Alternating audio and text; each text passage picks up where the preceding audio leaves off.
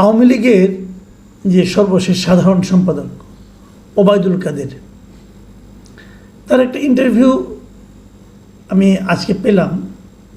উনি ভারতের দ্য ওয়াল এই অনলাইনের যিনি সম্পাদক এক্সিকিউটিভ এডিটর অমল সরকার, তাকে একটা লম্বা ইন্টারভিউ দিয়েছেন, প্রায় 23-24 মিনিট তো হবে। এই লম্বা ইন্টারভিউ উনি অনেক কথা বলেছেন। অনেকদিন পর ভদ্রলোকের কথা শুনলাম, কণ্ঠ শুনলাম। মানে সরকার পতন হওয়ার পর তো আর বিভিন্ন লোকের কথাই শুনেছি, শেখ হাসিনার নানা রকম কথাবার্তা আমরা শুনেছি, টেলিফোন সংলাপ শুনেছি, ওনার বক্তব্য শুনেছি, কিন্তু ওবায়দুল কাদের সাহেবকে মনে হয় দেশের অনেক মানুষ খুব মিস করছিলেন। কারণ ওনার কথায় প্রচুর লোক, যখন ওনার ক্ষমতায় ছিলেন, প্রচুর মানুষ যখন ওনার কথা শুনে বিমল আনন্দ পেতেন যে এই লোক বলে কি, কীভাবে কথা বলেন, ওনার বাচনভঙ্গি, শব্দ চয়ন সবগুলোই ছিল এক একজনের কাছে এক এক ধরনের মানে বিনোদনের একটা মাধ্যম। সেই ওবায়দুল কাদের সাহেবের আবার একটা মানে আপনার টেলিফোন ইন্টারভিউ ছিল, এটা কোনো ভিডিও ইন্টারভিউ না, অডিও ইন্টারভিউ। সেটা শুনলাম। আপনি ওনাকে পছন্দ করেন আর না করেন যাই হোক, কিন্তু ওনার ব্যাপারে কিন্তু আগ্রহটা সবারই আছে যে ভদ্রলোক এখন কি বলে দেখি। এটা এই কারণে যে আরেকটা কারণ ছিল ওই কারণে যে আমরা শুনেছি উনি প্রায় 3 মাস দেশে ছিলেন। এই 3 মাস কোথায় ছিলেন, কিভাবে ছিলেন, কার প্রশ্রয়ে ছিলেন, কার আশ্রয়ে ছিলেন, এগুলো একটু জানার আগ্রহ কিন্তু অনেকের মধ্যে আছে। কিন্তু সে সমস্ত জানার আগ্রহ নিয়েও কিন্তু আমি শুরু করেছিলাম। এই কারণে আরও একটা কারণ ছিল যে ইউটিউবে যখন আমি এই ভিডিওটা পেলাম, তখন সেটা শিরোনাম ছিল যে উনি যে বাথরুমে 5 ঘন্টা লুকিয়েছিলেন, সেই বিষয়টা উনি শিরোনামে ওখানে দেওয়া হয়েছিল। তাই আমি ভাবলাম যেহেতু বাথরুমে 5 ঘন্টা লুকিয়েছিলেন, পরবর্তী 3 মাস কোথায় ছিলেন সেই প্রসঙ্গটা হয়তো আসতে পারে। বাট আনফর্চুনেটলি ওই প্রসঙ্গে উনি কিছুই বলেননি। যারা ওনাকে আশ্রয় দিয়েছেন, তাদের কাছে রেখেছেন, তাদের জন্য এটা অবশ্য একটা সুখবর, কারণ তারা কোনো বিপদে পড়বেন না, ওই ব্যাপারে উনি কিছু বলেননি। এখন এই ইন্টারভিউর কিছু কিছু অংশ আমি আপনাদেরকে একটু নিয়ে আলোচনা করতে চাই আপনাদের সঙ্গে। এটা আলোচনা করার এই কারণ, আপনারা তো বলবেন যে এই দলটা তো কার্যক্রমে নিষিদ্ধ, ওবায়দুল কাদেরের রাজনৈতিক ভবিষ্যৎ কিছু আছে কি না এটা নিয়ে অনেকগুলো সন্দেহ আছে। আমি তো মনে করি ওনাদের আর কোনো চান্স নাই আসলে। মানে এই লেয়ারের যারা ছিলেন, ওনার মতো যারা ছিলেন, এদের আমি মনে করি না বাংলাদেশের রাজনীতিতে এদের আর কোনো সুযোগ আছে। ওনার যে মূল নেতৃত্ব আরও কোনো সুযোগ আছে কিনা আমি বলতে পারবো না, আমার মনে হয় না। শেখ পরিবারের কারো সুযোগ আছে কিনা আমি তাও মনে করি না, এবং আমি মনে করি থাকা উচিত না। কারণ লুটপাটের সঙ্গে শেখ পরিবার যেভাবে জড়িত ছিল, এটা ভয়ঙ্কর অবস্থা। এবং আরও ইন্টারেস্টিংলি আপনি দেখবেন আপনারা যে এত লোক গ্রেপ্তার হয়েছে, মানে এই কেন্দ্রীয় নেতৃবৃন্দের কিন্তু ম্যাক্সিমামই গ্রেপ্তার হয় নাই, এবং শেখ পরিবারের একজন লোকও গ্রেপ্তার হয় নাই। এটা অদ্ভুত একটা ব্যাপার। যাই হোক, অনেকে প্রথম ধারণা করেছিল এরা বোধ হয় সেনাবাহিনীর এখানে লুকিয়েছিল, সেনাবাহিনী যে 626 জনের কথা বলেছিল সেখানে হয়তো ছিল। কিন্তু পরে আমরা দেখলাম যে সেনাবাহিনী যে তালিকাটা দিল, সেই তালিকাতেও কিন্তু আমি এদের নামটাম খুব একটা দেখলাম না, ওবায়দুল কাদের নাম তো সেখানে নাই।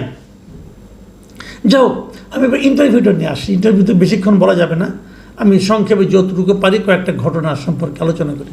প্রথমেই উনি একটা গল্প বলেছেন, আমার কাছে গল্পটা খুবই হাস্যকর ঠেকেছে।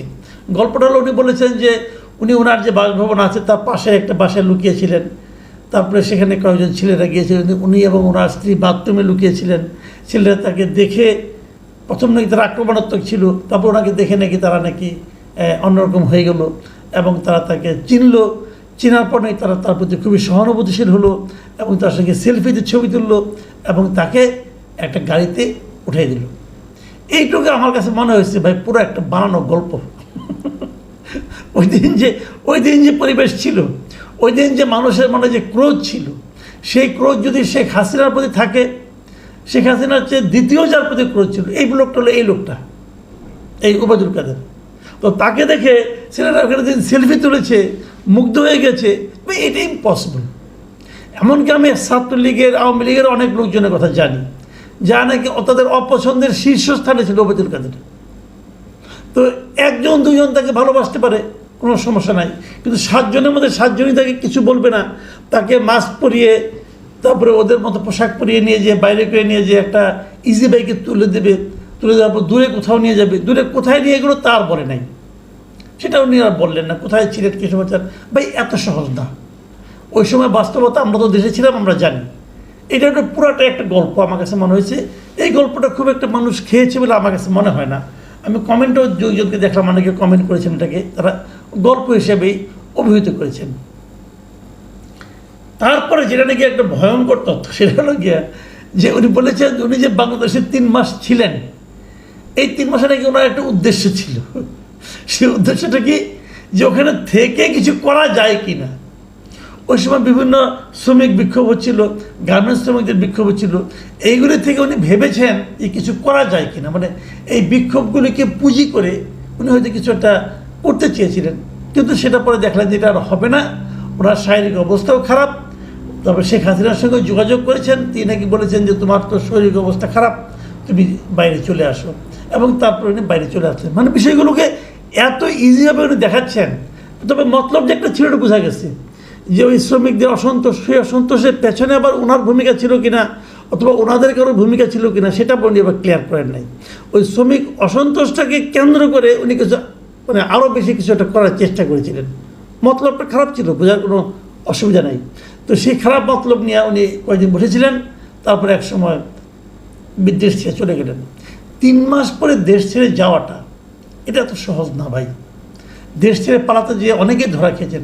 উনি কীভাবে কোন সীমান্ত দিয়ে দেশ ছেড়ে পালালেন এটা জানার খুব আগ্রহ ছিল, সেটা জানতে পারলাম না। এই দুইটা আগ্রহ আমার মেটেনি, উনি কীভাবে পালালেন, আর 2 নম্বরটা হলো কার আশ্রয়ে 3 মাস ছিলেন। আমি মনে করি সরকারের উচিত হবে এটাকে খুঁজে বের করা, যে কার আশ্রয়ে 3 মাস ছিলেন, এবং তাকেও সাজার আওতায় আনা। কেন তাকে আশ্রয় দিলেন এইভাবে? কারণ উনি তখন মামলার আসামি অলরেডি, কাজে এটা তো আর ঠিক হয়নি। উনি নিজের আত্মপক্ষ সমর্থন করেছেন, বলেছেন উনি কোনো মানে ভুল ত্রুটি ওনার থাকতে পারে, উনি বলেছেন ভুল ত্রুটি থাকতে পারে, তবে আমি কাজ করেছি, আমি কোনো চাঁদাবাজি করিনি, কমিশন খাইনি, পার্সেন্টেজ নেইনি। মানে আমার তো মনে হয় এগুলি সবগুলি 100-এর উপরে 150% মিথ্যা কথা। উনি চাঁদাবাজি করেননি, উনি পার্সেন্টেজ খান নাই, কোনো কিছু করেন নাই। ওনার হাতে 30 লাখ টাকা দামে ঘুরে আসে কোথেকে? তো 1-2টা না, অনেকগুলি ঘুরি। ওনার চাল চলন জীবনযাপন যা ছিল ওটা কি তার বেতনে কভার করে? হ্যাঁ, এগুলি মানুষের কী বোঝায় রে ভাই? আপাদমস্তক করাপ্ট একটা লোক, আপাদমস্তক করাপ্ট লোক। তিনি এখন বলতেছেন যে আমার একটা ভুল ত্রুটি থাকতে পারে, কিন্তু আমি নির্দোষ ছিলাম। গুরুত্বপূর্ণ যে জায়গাটা, সেই জায়গাগুলো আমি দিয়ে আলোচনা শেষ করি। উনি এই যে একটা আন্দোলন হয়েছে, এই আন্দোলনটাকে উনি স্বীকারই করতে চান নাই। উনি ওনার এই বক্তব্যে আন্দোলনটাকে অভিহিত করেছেন একটা ষড়যন্ত্র হিসাবে। বলছেন এটা ছিল একটা লুটপাটের অভ্যুত্থান, এটা ছিল একটা ষড়যন্ত্র। এই বিষয়টা হলো গিয়া আমি মনে করি পুরো জাতিকে উনি অপমান করার চেষ্টা করেছেন। আমার ধারণা যে এই আন্দোলনটা, আমার বিবেচনায় এটা একটা স্বতঃস্ফূর্ত গণ অভ্যুত্থান ছিল, যাতে দেশের আপামর জনগণ জড়িত ছিল।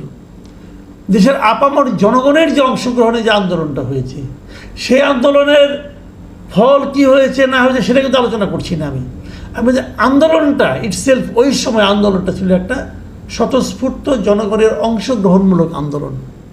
সেই আন্দোলনকে উনি বলতে চাচ্ছেন এটা ছিল একটা ষড়যন্ত্রমূলক ঘটনা। এটা বলার মাধ্যমে এই লোকটা যে এখনও গণবিচ্ছিন্ন, এই লোকটা যে এখনও সাধারণ মানুষের সেন্টিমেন্টটাকে টাচ করতে পারে না, এটা যে কেউ পারে না আসলে, এটা আরও একবার প্রমাণ হলো। এই দলকে আগামীতে কে কীভাবে গ্রহণ করবে এটা বলা কঠিন। তবে আমি একটা কথা মাঝখানে বলে নেই, এই বাংলাদেশের না রাজনীতিটা বড় অদ্ভুত, আপনারা মিলিয়ে নেবেন।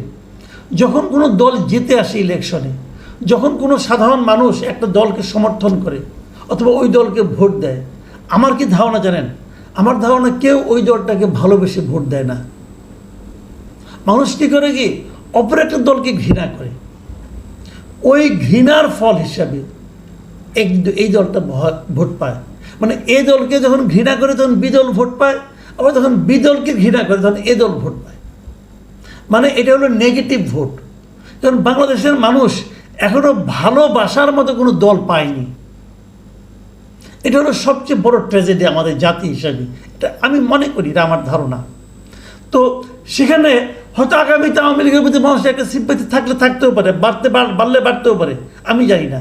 কিন্তু 5ই আগস্টের সময় যে ঘটনাটা, ওই ঘটনাটা যে আওয়ামী লীগের ভুল ছিল, এই কথাটা যতদিন পর্যন্ত আওয়ামী লীগ স্বীকার না করবে, ঘটনা মানে ওই দিনের ঘটনা না, এর আগের ধারাবাহিক 3টা নির্বাচন যে আওয়ামী লীগ অন্যায় করেছে, এই জাতির সঙ্গে অন্যায় করেছে, মারাত্মক অন্যায় করেছে, জাতিকে নির্বাচন থেকে বঞ্চিত করেছে, এই ভুলগুলি যতদিন আওয়ামী লীগ স্বীকার না করবে, ততদিন পর্যন্ত আওয়ামী লীগের পক্ষে এই দেশে আবার এসে রাজনীতি করার চেষ্টা করাটা আমি মনে করি একটা অসম্ভব ব্যাপার হবে। যাই হোক, তারপরেও উনি শেষভাগে বলেছেন উনি নাকি আশাবাদী, উনি আশা করছেন যে শেখ হাসিনা বাংলাদেশের আবারও প্রধানমন্ত্রী হবেন, ওনারা আবার ফিরে আসবেন, এবং উনি এই ব্যাপারে শতভাগ আশাবাদী। এখন ওরা আশাবাদীর কারণ যেটা উল্লেখ করেছেন সেটা ওইটাই, এই যে নেগেটিভ এই যারা আছে সরকারে তাদের প্রতি মানুষের আস্থা কমতেছে, অতএব তারা আসবে। ভাই এত সহজ না, এত সহজ না, এটা একটু সময় লাগবে। আমি একদম উড়িয়ে দিচ্ছি না, কিন্তু আপনারা যতক্ষণ পর্যন্ত এই নেতৃত্বের মধ্যে আছেন, আওয়ামী লীগ বলতে যতদিন মানুষের চোখে শেখ হাসিনা, শেখ পরিবার, অথবা ওবায়দুল কাদের, অথবা হাসান মাহমুদ, এই লোকগুলোর চেহারা ভাসবে, ততদিন পর্যন্ত আপনারা ক্ষমতায় আসার জন্য, ফিরে আসার জন্য আপনারা আশাবাদী হতে পারেন, কিন্তু এই আশাবাদের কোনো ভিত্তি আছে বলে আমি ভাই মনে করি না, এটা সম্ভব না। তবে ওই যে ভুলের ব্যাপারটা, সেই জায়গাটা উনি একটা অদ্ভুত যুক্তি দিয়েছেন। উনি বলছেন যে আমি তো ভারতে বসে আছি, আমি ভারতে বসে কোনো ক্ষমা চাইব, দেশে যে ভুলের জন্য ক্ষমা স্বীকার করবো। তাহলে আপনি তো দেশে 3 মাস ছিলেন, তখন চাইলেন না কেন? অথবা দেশে ফিরে আসেন ক্ষমা চাওয়ার জন্য, আসেন, আপনি তো আশাবাদী মানুষ। আমি মনে করি আমাদের রাজনৈতিক দলগুলোর এই জায়গাটাই সবচেয়ে বড় ঘাটতি। আমাদের রাজনৈতিক দলগুলোর আত্মসমালোচনার কোনো ব্যবস্থা নেই, তারা কেউ আত্মসমালোচনা করে না, কেউ ভাবে না, কেউ বলে না যে আমাদের কি ভুল হয়েছিল, ভুলের জন্য কেউ ক্ষমা প্রার্থনা করে না। এই জায়গাটা যতদিন পর্যন্ত আমরা তৈরি করতে না পারবো, ততদিন পর্যন্ত এই দেশের রাজনীতিতে খুব বড় কোনো ইতিবাচক পরিবর্তন হবে এটা আমার কাছে মনে হয় না। আমি এখানে অনুরোধ করব, যারা এই ইন্টারভিউটা দেখবেন, যদি কেউ দেখেন আর কি, তাহলে দয়া করে এর কমেন্টে যে লোকজনের কথাবার্তাগুলোকে দেখেন। এখানে অনেক লোক অনেক ধরনের কমেন্ট করেছে, অনেকে বলেছে, যেমন একজনকে একটা কমেন্ট করলাম, উনি বলছেন যে আপনার কথার ভারেই জল ডুবে গেছিল, আর এখন বিদেশে বসে উল্টাপাল্টা কথা বলে আমাদের বিপদ বাড়াইয়েন না। এই যে কথাটা বলেছেন যিনি, বোঝা যাচ্ছে উনি একজন আওয়ামী লীগ করেন, এবং উনি এটা বুঝতে পেরেছেন যে বাইরের এই সমস্ত নেতাদের কথাবার্তায় বাংলাদেশে যারা আওয়ামী লীগের নেতাকর্মী আছেন তাদের বিপদ বাড়া ছাড়া কমবে না। এই জিনিসটা আওয়ামী লীগের ওই করাপ্ট লিডাররা, করাপ্ট বলেন, ফেইল্ড বলেন, ব্যর্থ বলেন, পর্যুদস্ত বলেন, এই লিডাররা যত তাড়াতাড়ি বুঝবেন, ততই এই দেশের এই মানুষগুলো স্বস্তিতে জীবনযাপন করতে পারবেন।